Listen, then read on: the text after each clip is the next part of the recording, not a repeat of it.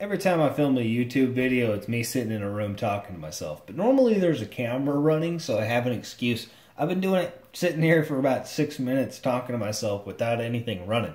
So I don't really have an excuse there, do I? This is a Protech half-breed, right? I've already disassembled it, but disassembly on a knife, it's kind of boring, just taking screws out, right? Ripping it apart.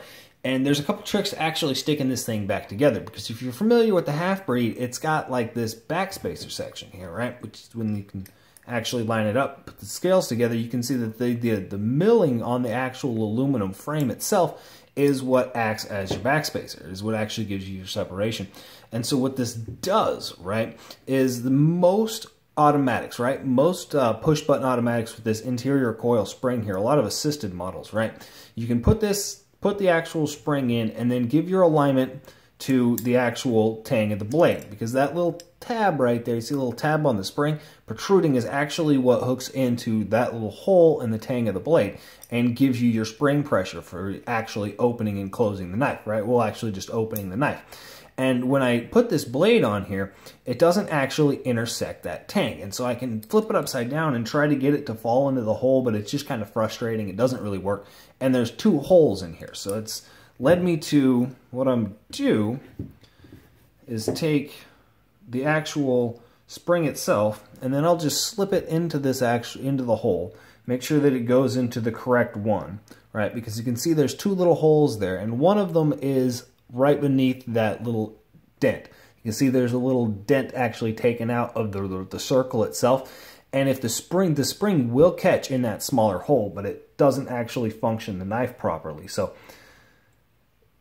stick my little spring in its hole. If I can actually get this thing in there. Okay. I'll stick the spring actually into the tang of the blade itself, and then finagle it onto the actual knife itself. I keep it upside down because I don't want to lose that tab. I don't want that tab to go up inside the knife, right? And since now it's actually onto that pivot, I'll find the spring so that that spring is actually in its hole there. I don't know if you can make that out. I can't really flip it over, but there's that little slot that the spring actually rides in without it falling out of the tang of the blade there. You can see that little protrusion. And so now that both of the springs are lined up, I can give a little bit of tension, pull it over that backspacer, that little lump in the backspacer, and I've actually got spring tension back on the blade here now. And if you're take this apart, that can be a little bit frustrating. It's a little bit hard to deal with. And so now what I'm going to do, stick my spring in, and the next trick is to actually get this button in, because if you notice the way that this works, right, is this intersects with the tang of the blade here. That's actually what gives you your stop engagement. So finagling this little spring tab in can be a bit difficult. It doesn't want to go in. So just wiggle the blade back and forth until I get my button in. See, that button is in its little slot there. The other side of the scale will actually hold it in place. And now I'm going to take my stop pin and stick my stop pin in behind the blade. If I can actually get it in there. So what I'm going to do is tip it in like that, hook it around the back, roll it in. So now where everything is set up, I can't release my finger, because if I do, this is going to come flying off. The whole mechanism is going to fall apart. So now with this all put together like this, I'm going to find my hole, right?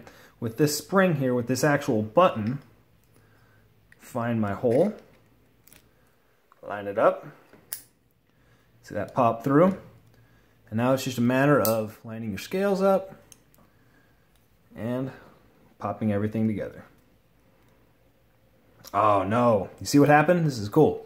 I got a problem here. You see my spring popped out, and what that is, pull the whole knife apart again.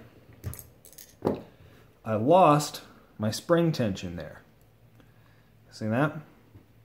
So that spring, so I'm going to pull this part, pull these little parts out.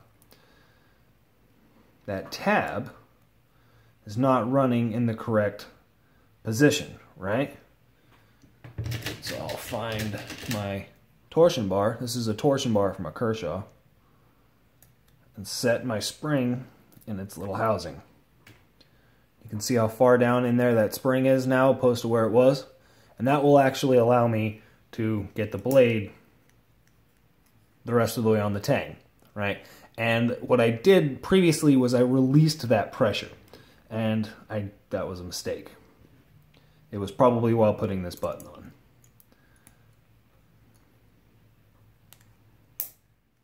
Button in.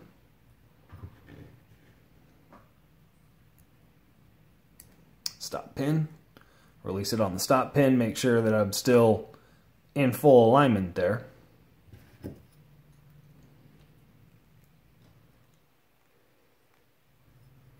Take the tang. Find my little hole. You can see that? I'm lining that up.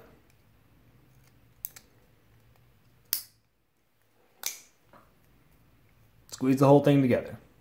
Now while I pop all these screws in, I want to maintain a decent amount of actual physical force on the scales themselves, because there's not a whole lot of spring tension trying to force this thing apart. But if I relax and let it go, it will spring apart. So just give it a little bit of tension.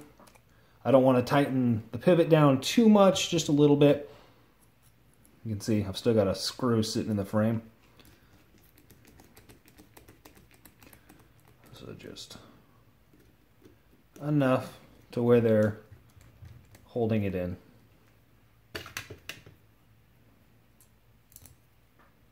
I'm using a Torx 7 head right now.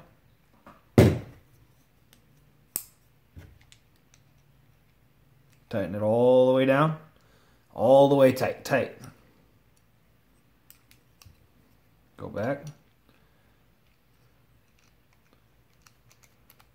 Tighten these screws down.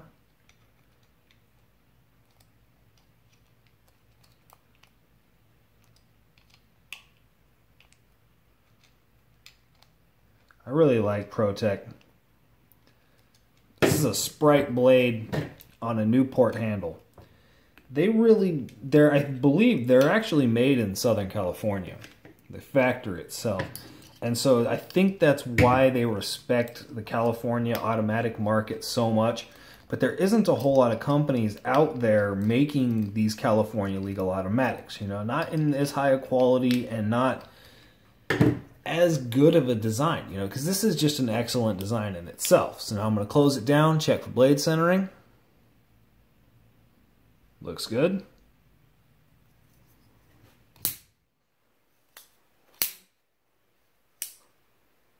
Good action. All I'm going to do, should have done this beforehand, but whatever. Drop a couple drops of blue lube. You can see I'm getting it as close to that pivot area as I possibly can. That way I don't have to worry about it spreading all over the blade, and I'm not losing lube. I can put less on there because it's obviously going to throw some out, but work that lube in there. I can already feel it getting, yeah. So now I'm going to tighten it down.